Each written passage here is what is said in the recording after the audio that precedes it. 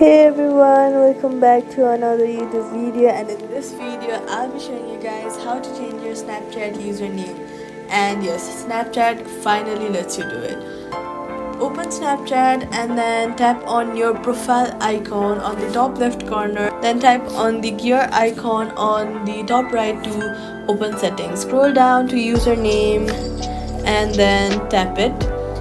You'll see your current username and an option to change. Next, type your new username. Snapchat will check if it's available.